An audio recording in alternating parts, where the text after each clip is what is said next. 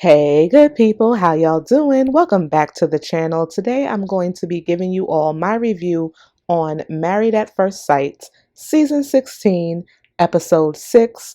Without further ado, let's jump right into this video. Guys, thank you so much for tuning in. Now, y'all know I'm trying to get to 400 subscribers, so I would appreciate it if you hit that subscribe button. Definitely drop a comment below and of course like the video. Let's talk about Dominique and Mac. Now I done told y'all before, sleep is the only thing that they really have extensive conversations about. I have yet, and you guys correct me if I'm wrong, let me know what you feel about this, but I have yet to see them have any type of conversation of substance. I don't know what to really make of their relationship. I'm just going to say that I don't think Dominique is into him. Obviously, she has mentioned the fact that he complains a lot and he doesn't seem like he's very adventurous, and she has to kind of pull it out of him. And on his side, I don't really know what his cons are about her. What I see is, first of all, I think McKinley is annoying as heck, okay? He needs to wheel it in. All of the joking about having sex with her and stupid things that he talks about is like, dude, really? No. I don't want to hear it. She doesn't want to hear it. Let's try a different approach, okay? He just comes across as very annoying to me. However, I will say, even though these activities are not things that he wants to do, not things that he would typically do, he is doing them. Albeit he is complaining, but he is doing them. So that's something that she can potentially work with. He did admit to the fact that he knows he's very vocal and, you know, he has kind of been a Debbie Downer a little bit. He's admitted to that. So that means that he is self-aware to a certain extent. So that's a good thing because he's very laid back and just seems like he wants to hang out on the beach. It would be nice if she would set something up for them to be able to do that, because maybe she would learn a little bit more about him. And, you know, it would be kind of equal because they are doing a lot of things that are very adventurous, the horseback riding, the going on the boat and stuff like that. Those are more so things that are geared towards her, which brings me to Dominique. I feel like she's a little selfish in the sense that they're not doing anything that he more so likes to do. And I feel like when you're in a relationship with someone, you're going to have to learn how to compromise and not so much care about what you want to do, but also consider what your partner wants to do. So maybe this is just a learning experience for them both. I do not see them making it to decision day. And if you have watched any of the decision day little clips that they have put out there, we don't see Dominique and we don't see McKinley. So clearly they probably don't make it to decision day. And, you know, I would like to know really why. Did she just get to the point where she was so annoyed there was no coming back from it, or what? But that's where they stand. Now let's talk about Aris and Jasmine. Jasmine seems taken aback by the fact that Aris doesn't seem to any longer be sexually attracted to her or trying to make any type of moves. When they were out on the beach, they were getting massages, and then after their massage, she gave him a massage. Let me just pause right here.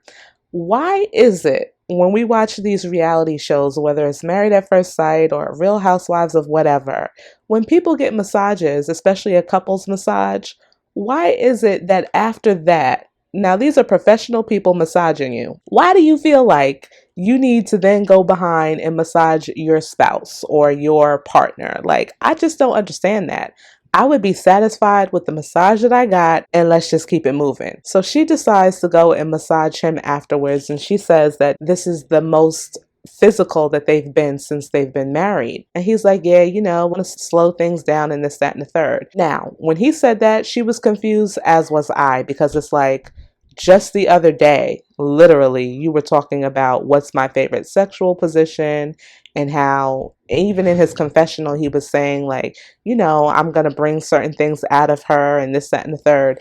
And now here you're talking about you want to slow things down. So I think it's safe to say, common sense will tell you somewhere along the lines between that dinner and this massage, he has lost his physical attraction for her. And let's not make it seem like Aris is not somebody who's really heavy on the sex, okay? Before he got married and all of the guys got together and they started talking, he revealed to everyone that he had just had sex 2 weeks prior to finding out that they had found him a match. Then he also said to all of the guys how he was, looking forward to blowing his wife's back out. Then when he was at his wedding reception and he was sitting down talking to his friends, he sat up there and said, when they asked him, what's one thing you want your wife to do when you guys are alone, you're together, what you going to tell her to do?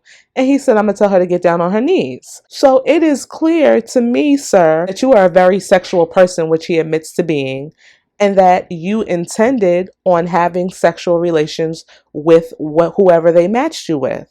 Now all of a sudden you're not interested in her, and that has changed. I understand why Jasmine feels the way that she does. And she's probably going through her mind asking herself, well, what did I do wrong? We already know that she said before she has a lot of pressure because Aris has never been in love with anyone before. So now we're adding on the fact that he has lost his physical attraction to her. Girlfriend is going through. I think what also came as a shock to Jasmine during this episode was the fact that Aris said he doesn't think he could ever get to a certain level of maturity where he can tell someone that he's not physically attracted to them. She was taken aback by that. Even on the after show, Aris admits that he's not attracted to Jasmine on a sexual level, and he kind of feels like she's like more like a friend at this point in time. I already see where the experts are going to try to have them do some type of physical activity to spruce things up between him and her. You guys let me know what you feel about Jasmine and Aris. Nicole and Chris. They are my favorite couple. I 100% believe they're going to make it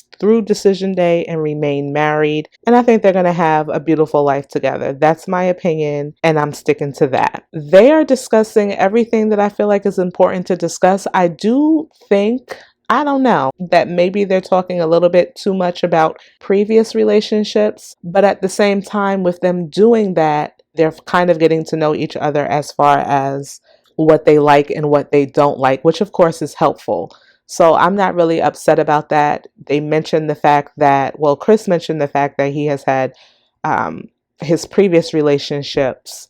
One of them, they only had sex 3 times and they were together for a year and a half. And then his last relationship, they pretty much all they did was have sex, and they weren't able to talk about things that they needed to talk about. And they used sex so that they really wouldn't have to have the conversations that they needed to have. She says that she's been in similar situations. The thing that I kind of like about them is the fact that they both feel the same way. They both have similar insecurities and things like that. So I think it will be helpful in their relationship because they know what those insecurities are and they're telling each other what their expectations are. For them, watching them, it's just nice to see them falling for one another. So kudos to Chris and Nicole. Next, let's talk about Kirsten and Shaq. At this point, like I said in every review since they've been married, Kirsten kind of throws me off because she does allow Shaq to be physical with her. They do touch and they're booed up and stuff like that. But then you could see that she's just really not into him. They did go dancing. She said in her confessional that she feels a connection knowing that through dance that Shaq expresses himself. She says that he has a huge personality and they're forming a natural chemistry, which she is hoping will hold their marriage together. I don't think so. I really don't think so, because I feel like Shaq has everything that she's looking for minus the outward appearance. She tried to say to him that he jokes too much and she doesn't, like him not being as serious all the time. I haven't seen it. We only see snippets of their time together, but I think Shaq is just being who he is. Like he said to her, I'm just being me. And I think it was very interesting when he said, but you don't like that. Meaning she doesn't like him as himself. And so to me, I was just like, okay, that's all, folks. We can wrap this up and you go your way, I go my way. Because if she can't accept him for who he is, how do you expect this marriage to work? I love the fact that he said in his confessional, he is not changing himself for anyone. Basically, what you see is what you get.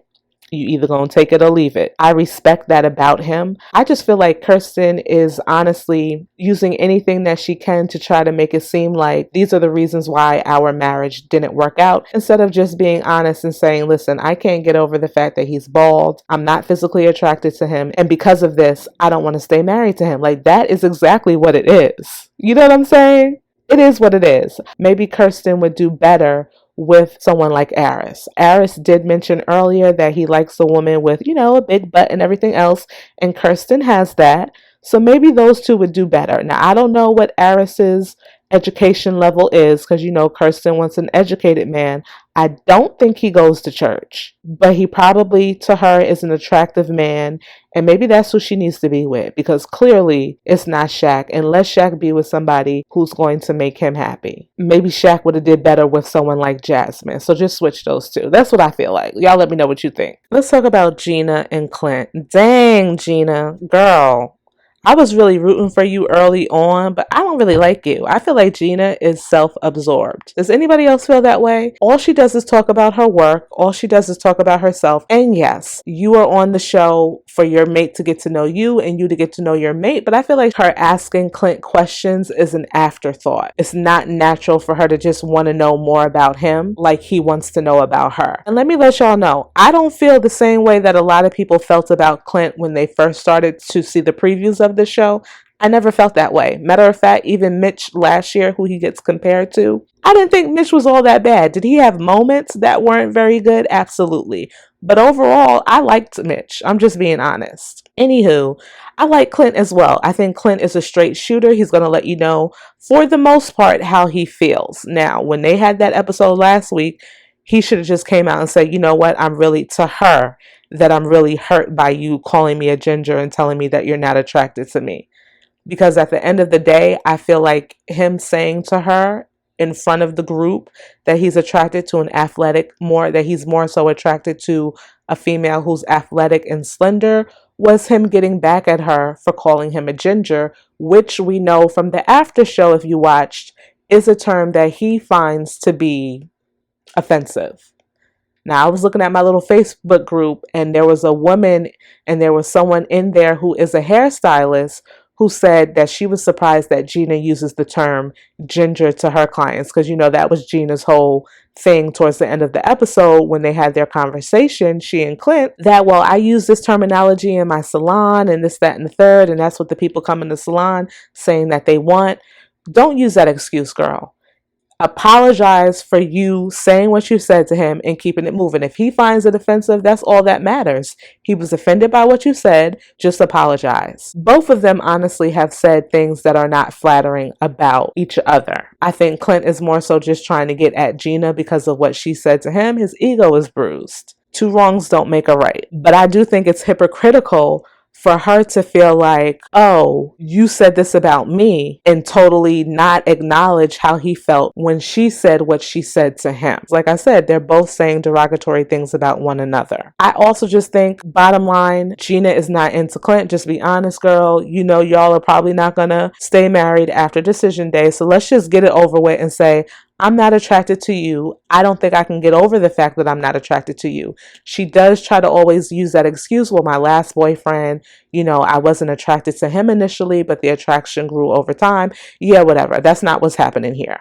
I think her mind is already made up about Clint, and she's not interested in anything else moving forward other than making it to decision day and collecting the check at the end of the season. Okay? I think that she, much like Kirsten, is going to use any excuse. For Gina, it's obviously this comment that he made against him for the remainder of the show, just so she can say this is the reason why we didn't stay married. I think that she was very dramatic when she said, okay, well, I think for the rest of the honeymoon, we don't need to be together. Really? Now, that man sat up there and told you, I did not say this to be offensive. If you watch the after show, everybody that was on the after show was Clint, Aris, and Dominique. When Clint said to Keisha, he was like, well, we kind of had this conversation as a group. And Gina said something like, well, you know, he likes slender, athletic people, and he was just going off of what she said. So it wasn't like he just threw that out there. You know what I'm saying? You said it before he said it, and he was just expounding on what she had already said. So I think she's being very dramatic. I think she needs to calm herself down. And like I said, I just think that she's self-absorbed, and she talks so much about her job. If your job is the end all be all, girl, then just stay married to your job. Why would you think that you could fit a whole husband into your situation? Here he is trying to tell you, you know, I want to get to know you. I want to take you out and let's do some adventures together. And all you doing is sitting up there talking about your job. Really? What are you on the show for? I think in his confessional,